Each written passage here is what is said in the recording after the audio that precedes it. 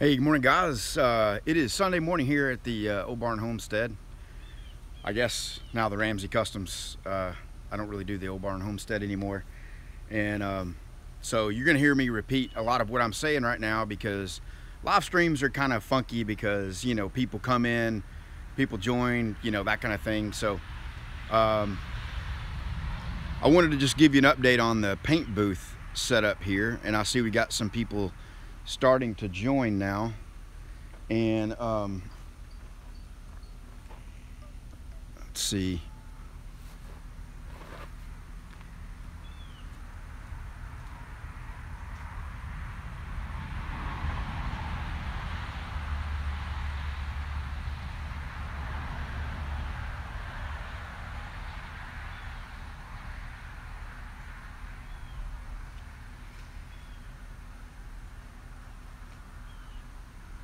Okay, I see we got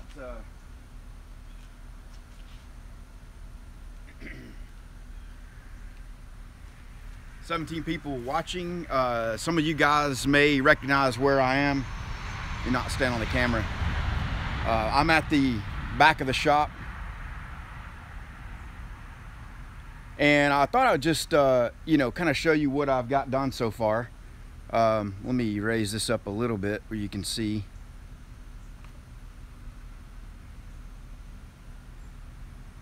Hopefully that's showing. Anyway, I thought I'd show you what I've got done so far out here, and get you guys to just let me know what you would do on this framing here. And yeah, I just want to get your thoughts and opinions, and I'll capture the live stream recording. They're 24-inch on center. Hey, Kevin. So you'll hear me, you know, just kind of randomly saying things, answering questions that are coming in on the comments there on the stream. So anyway, I'll just give you a quick overview of what I've done. Now, I've got videos, build videos on all this, the slab, and I'll be releasing those, you know, every few days. I don't know when I'm going to do the first ones. I've got a whole bunch of footage I need to get edited up. But I thought I'd just make a live stream this morning. And what's up, Captain Caveman? What's cracking? So I thought I'd make a live stream and kind of walk you guys through, you know, where I'm at so far, and get your thoughts on it. And if you got any, you know, things that you would do differently, or, you know, that you think I should do differently, definitely leave a comment. If you're watching this as a replay, leave it in the comment section of the video.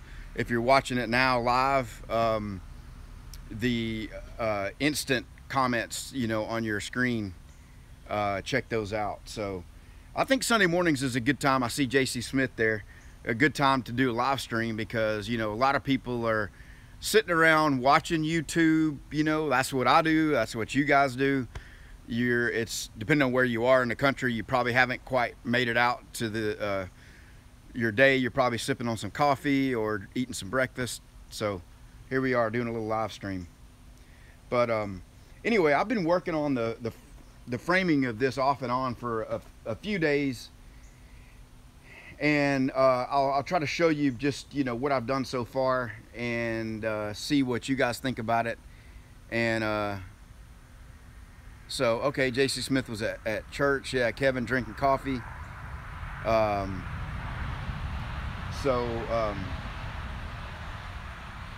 Anyway, guys, let me take a look at the comments coming in.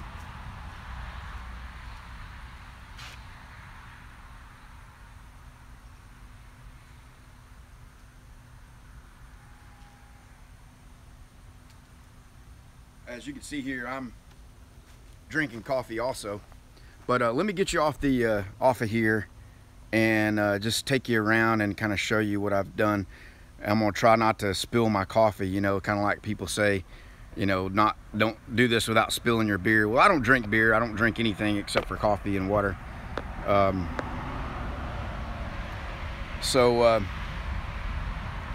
Anyway, what I did back here is, well, first of all, I built all these walls inside the shop and then drug them out here one at a time because it's so hot in Texas.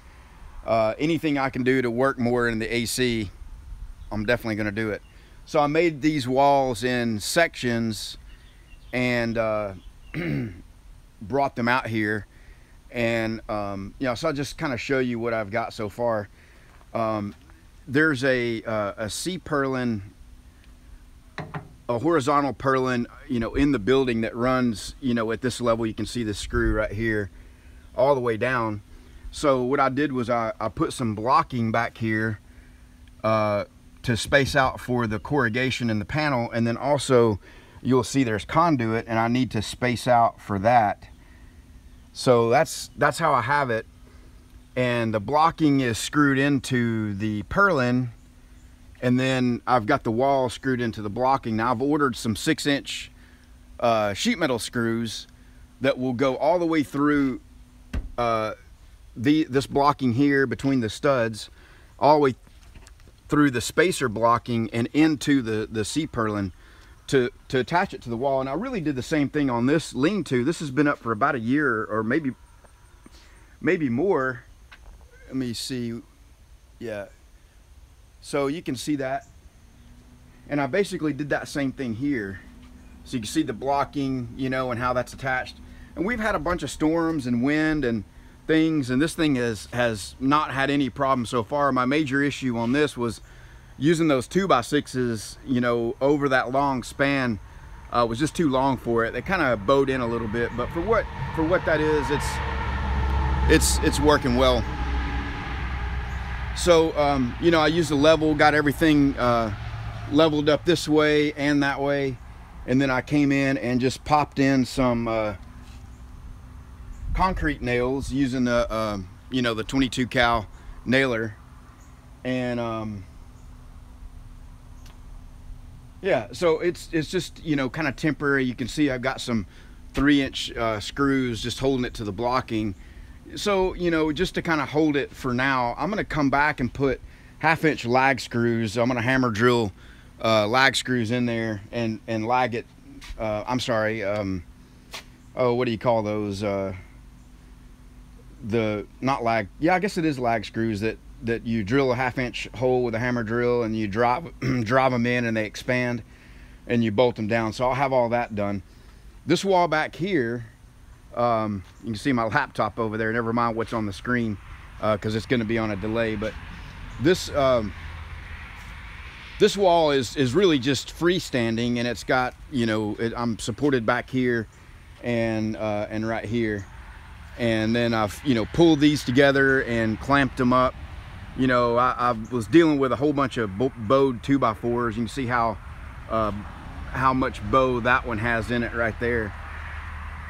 And I'm gonna come back and put a cap across all of it, and the same thing on this side. So here's my question to you guys. So you can see I've got this is 18 feet across here on this span, and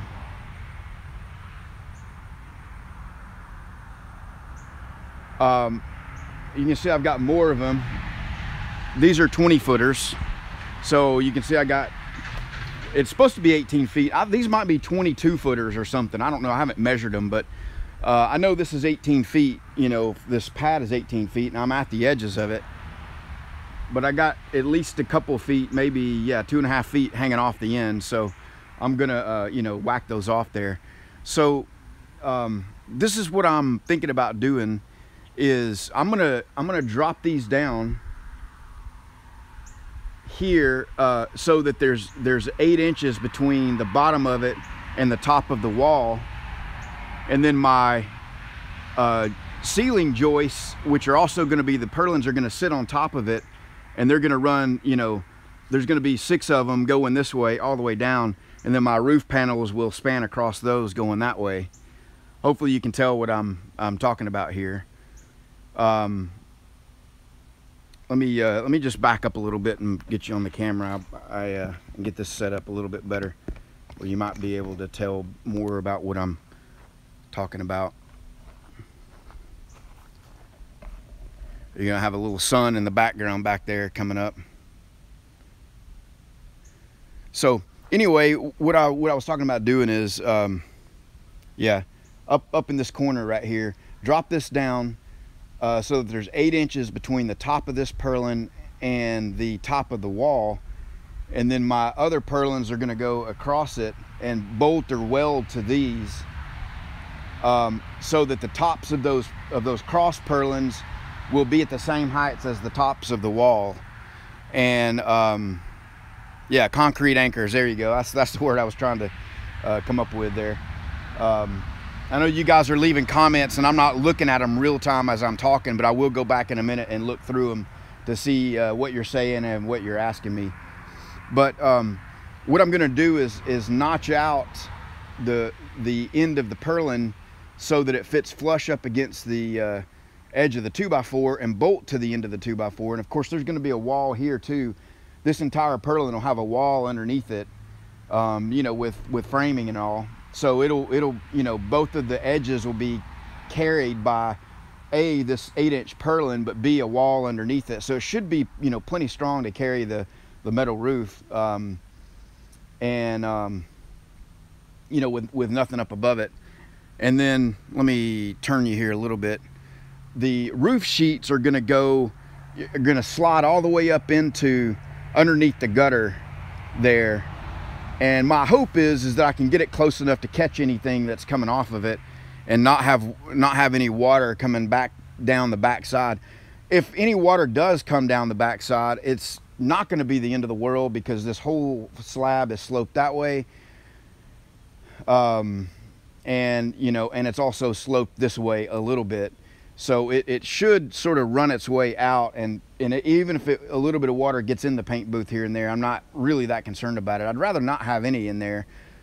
But do you guys know if there's R-panel flashing that you can get that, you know, that I could put up against so that I get a seal where the roof sheets go up against and butt up to my vertical panels here? Some people are going to say, hey, you should have taken the gutters off. I don't want to mess with all that, you know. I don't know. I'm just trying to, right now, I really need to get a basic room that's not in the shop that I can do some painting in. And it's going to be, once I get the roof on and the walls sealed in, I'm going to line the whole inside of it with plastic for now and get to painting in here, because I'm, as you guys may have seen from other videos, I'm not able to paint now. So if you're just joining the live stream, I'm out here behind the shop, at the back of the shop. This is the new paint booth construction and kind of where we are on it. And I was just asking some questions about, you know, the fit up. The one, you know, some of the questions I have are, you know, the vertical sheets, how those are gonna, you know, made up, and the trim, and how the transition from the roof sheets to the vertical sheets. I don't know about all that. You know, I need to look into that more. Now, one of the things what I'm trying to do here is use as many remnant panels as I have, and these were left over from doing the inside, and I had several of them, and I used all those on the back side of this wall here. So you'll see in the videos when I get ready to upload those, that the plastic and the exterior R panels that are back here, they're small sections and they're lapped. I did all those with it laying down on the foundation and then just stood them up, because once obviously I get this up, I can't get to the back of it. So I've also got a door that a friend donated here, and it's just a residential, you know, glass door. It is insulated, and it was free, and I'm on a really tight budget now, trying to just do everything I can here with what I have and buy as little as possible. But my exhaust fan is going to go right here in the center, and then I'll have a bank of filters there. That door that you saw there is going to be either right here on this side or on this side, probably going to be on this side. And then I've got a window AC unit framed out. You can see, never mind my laptop, but you can see the square here that my laptop's sitting in. That's going to be for a window AC unit that I already have, that used to be in the garage. And you know, and it's got those outriggers that, and the reason these are here is because the outriggers that the backside of it sit on are spaced so that they'll fit. So it is kind of a custom fit box for that AC, and if I ever change ACs, it may or may not fit, but it should be plenty strong enough for that. And then this back wall here is only going to have a filter bank for the intake. So we'll have you know, exhaust fan there, which is my exhaust fan sitting back here. Never mind the mess I got back here, but exhaust fan and the motor and the brackets and stuff. Ended up getting a new one of those. I mentioned that in the previous video. But anyway, I can show you a better look at this probably now. What I plan to do is let me see. Yeah, you can see that. Is to mark, you know, lower this down to where there's 8 inches above the top of the purlin and the top of the wall. Notch out the end of it so it's just a flat part of the purlin, and then bolt that flat part of the purlin to the 2x4 stud, and then there'll be obviously a wall sitting under this whole purlin. You know, so the whole thing will be borne by the wall. So anyway, I'm gonna go look at the comments now and see what you guys are saying, and then see if there's questions or thoughts or things that I need to respond to. So just I'll take you guys over here with me.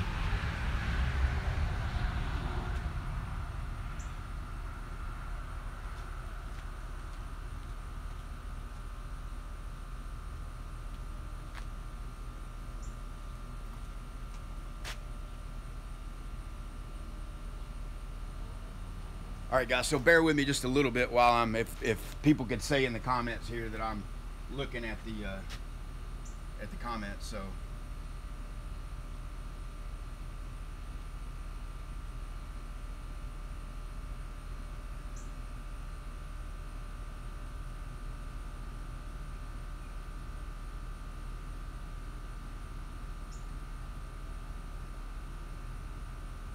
yeah, guys, you may be joking with me about something, and I may totally miss it, but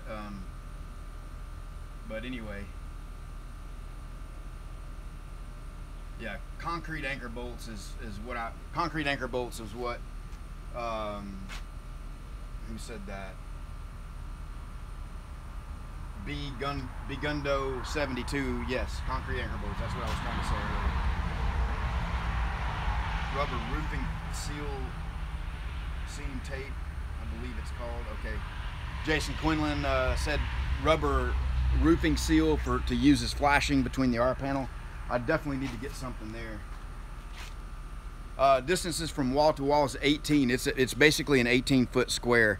All the way around is 18 feet.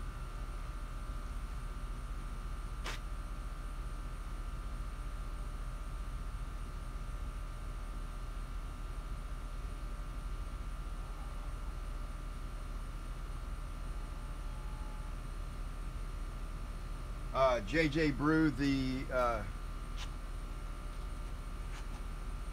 rafters are 8-inch C-purlins, and it's the same thing that's used in the shop.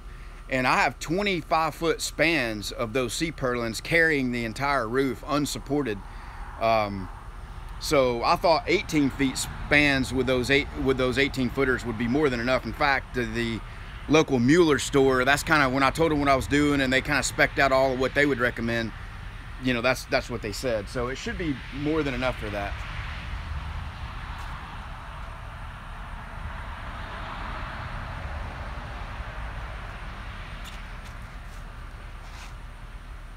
Yeah, Rick's Torino. I definitely used pressure treated wood for the bottom plate, and I really hate working with pressure treated wood because you need, you know, coated screws and all kinds of other stuff. But you'll notice the color on the bottom plate is that greenish looking color, which is the pressure treated wood around here always kind of has that look to it, and you'll see it there as well. But what do you guys think about my plan of you know, having this rafter, you know, these edge purlins 8 inches down, so that the ones that go across that are going to carry the the roof panels, you know, my plan for doing that. And then, you know, here on this end, you're gonna see the edges of those purlins going this way. And so you're gonna have all that opening, 8 inches of opening up in there. How do I cover that up? You know, what do I seal the end of it up with? And I'm guessing that I just need to talk to Mueller about it and get them some pictures of what I've done and see what they recommend. So that was really my main question about, you know, is how do I get that trimmed out? And is there any specific trim? And then my only other question was about the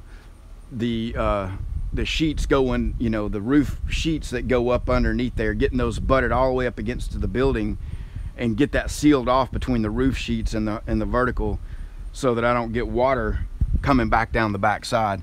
I'm really not concerned about getting water in the shop, although I'd really, or in the paint booth, I'd really not want it in here. What I'm really concerned about is, you know, getting water back in there. But one thing that, when I had them pour the slab, is I told them to make this slab where you can see the bubble there. Hopefully that's showing up in the camera.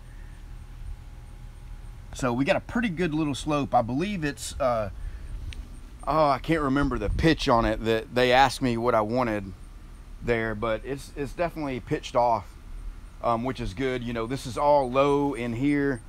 You can see how much you know, how much I don't know, there's 6 inches of 7 inches of concrete slab there, and that drops off, and this gets really low here, and there, this is that really the lowest point on my property. This is that hole that's dug to catch the runoff water. So I don't think there'll be any issues. You know, now if we have some major flooding, all bets are off on that. But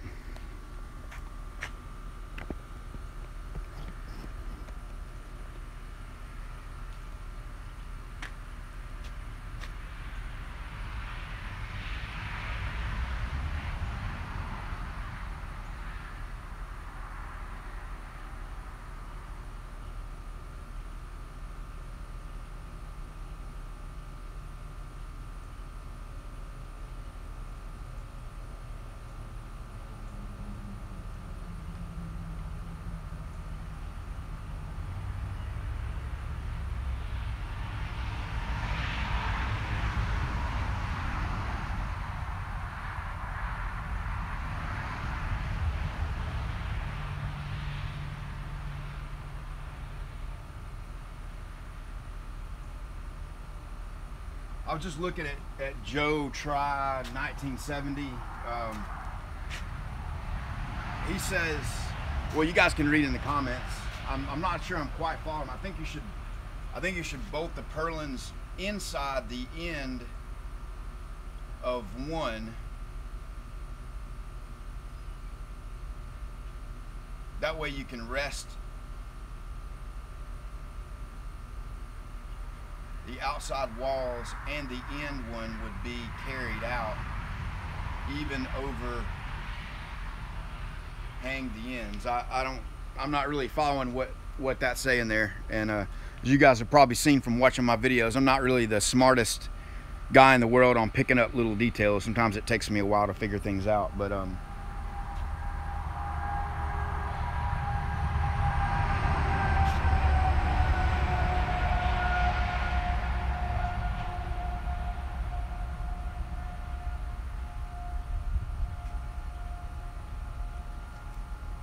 anyway, I know we have people joining, and you know, some people joining, some people leaving, so I'll just kind of back up and give you an overview again. Just kind of backed away. Let me grab my coffee, you know, because I'm out here. You guys are kicking back on your computers and TVs, enjoying your Sunday morning, and this is what I'm doing. I'm about to get out here and get working here in a little bit, hopefully get some work done before it gets too late. Somebody, I don't know who it was mentioning about a roll-up door. It's just, you know, what would be ideal is if my intake was on this end closest to me and my exhaust was on that end, then I could have a roll-up door here and filters all around the roll-up door. But the bad part about that is you put a roll-up door in place, you really have to seal it up well if you have it on the intake end. And if you look at how I'm doing this, you know, my entry door is going to be either here or here. My exhaust fan is going to be kind of at the top up in the center here, and my intake filter bank is going to be on this back wall. There's nothing going to be on this back wall except for the intake. And you see I'm using plastic sheeting, and I've got, well, you see the caulk smeared, but I've got the whole thing sealed with caulk to try to get, you know, everything as sealed up as possible, so that when the fan is, you know, is pulling the air across the paint booth, you know, it's pulling in nothing but filtered air. There's nothing, no extra contaminants getting in. And the goal with all this is just to get the nicest paint jobs I can get for the people that buy stuff from me. I mean, I want to make them as good as I can make them, you know. And my biggest issue right now is the finish looks great on them. You know, they lay out, the glossiness, the lack of orange peel, they're about as smooth as you can get them.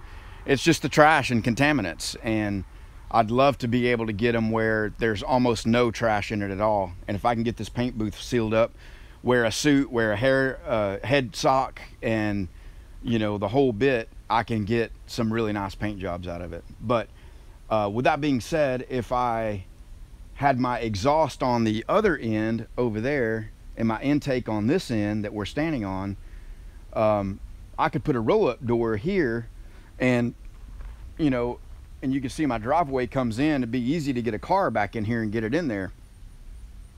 But one, I don't really want to paint cars and get into cars because it's such a big ordeal, and they take forever to do. And you're getting into Bondo and body filler and shaping and all that stuff. It's just, I don't want to do it, you know. And if now somebody had a hood or a door or something they wanted to take off and bring it over here and get me to paint it, yeah, I'd do that. But I think by not having the roll-up door, you know, it's going to really prevent that. I would like to have a little wider door than just a standard 36-inch door. You know, the larger flags and things might be a little bit difficult to get in and out, but I don't think it's going to be that big of a deal. I'm not really selling that many of those large ones anyway.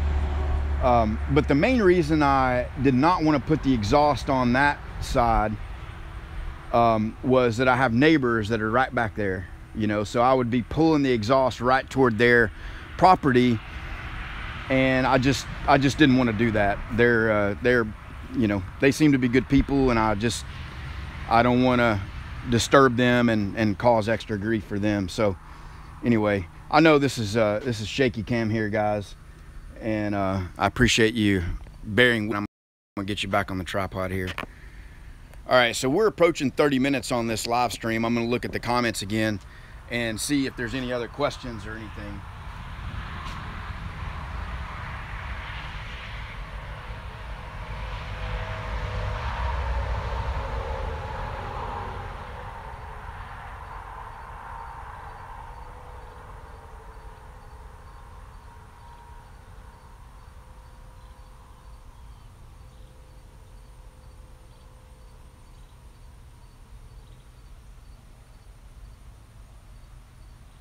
Okay, Joe Try 1970. Let me show you again what I'm looking to do. Let me get up here close on the ladder where I can show you this.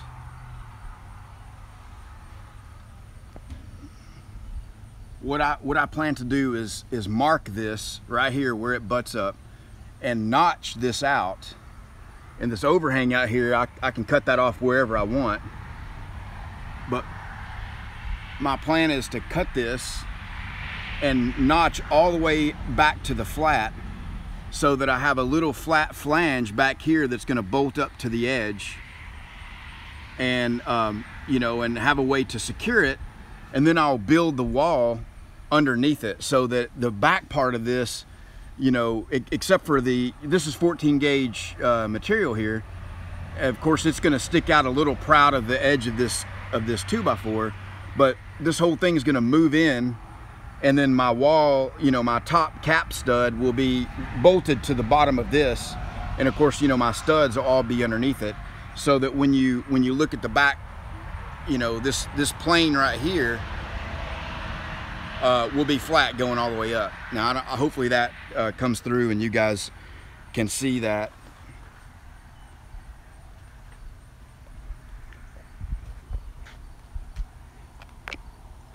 Putting you back on the tripod so I can go look at the comments again. But I'm about to wrap this one up, guys. We've been 30 minutes in this thing, and I know some people are going to watch this on the replay. So if you have comments and you're watching this as a replay, just leave me a comment with your thoughts and your suggestions. Oh, I see we got some trolls joining now.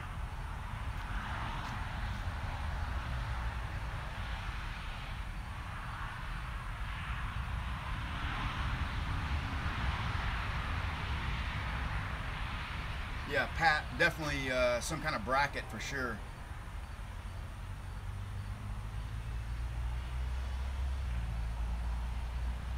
One other question is about flux core welding. I've never done flux core. My machines obviously will take flux core, but once I get once I get these purlins set and I get my cross purlins lined up and laid on there, I'd love to just come back and weld the cross purlins to these and not have to bolt, be able to drill either through one or through the other to bolt those.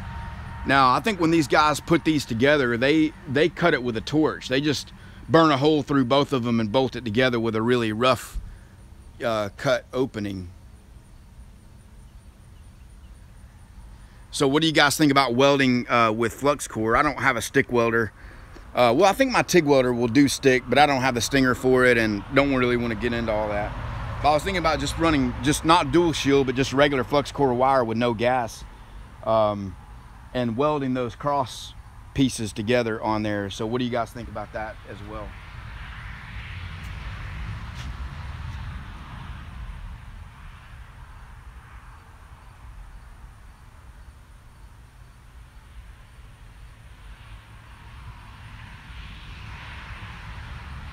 Okay, GTA Killa, when you say make a plate and weld it to the purlin, I can do that inside, and make a little T-plate that's got holes in it so that I can drill through it, and just burn some out on the plasma table. That's an excellent idea. And I can drill right through it once it's up there, because you can get to it at a better angle because you got that little T-plate. Is that what you're saying?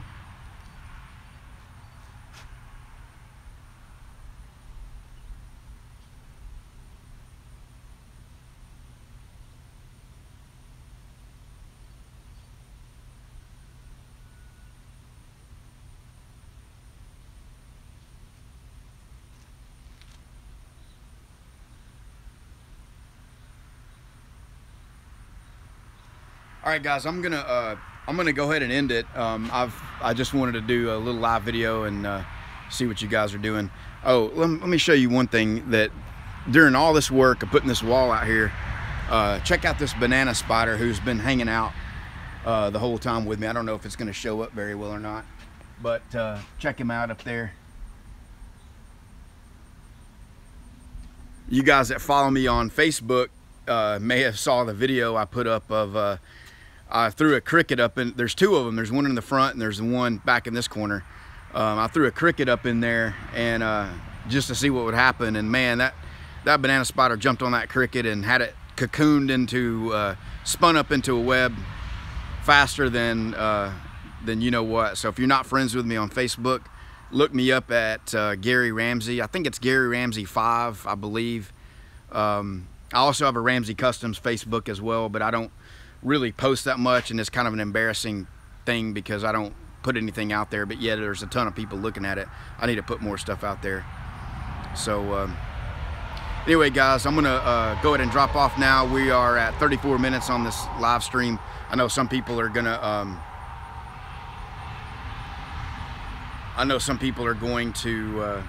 watch this on a replay. So if you have comments and you're watching the replay, suggestions, just leave them in the comment section below.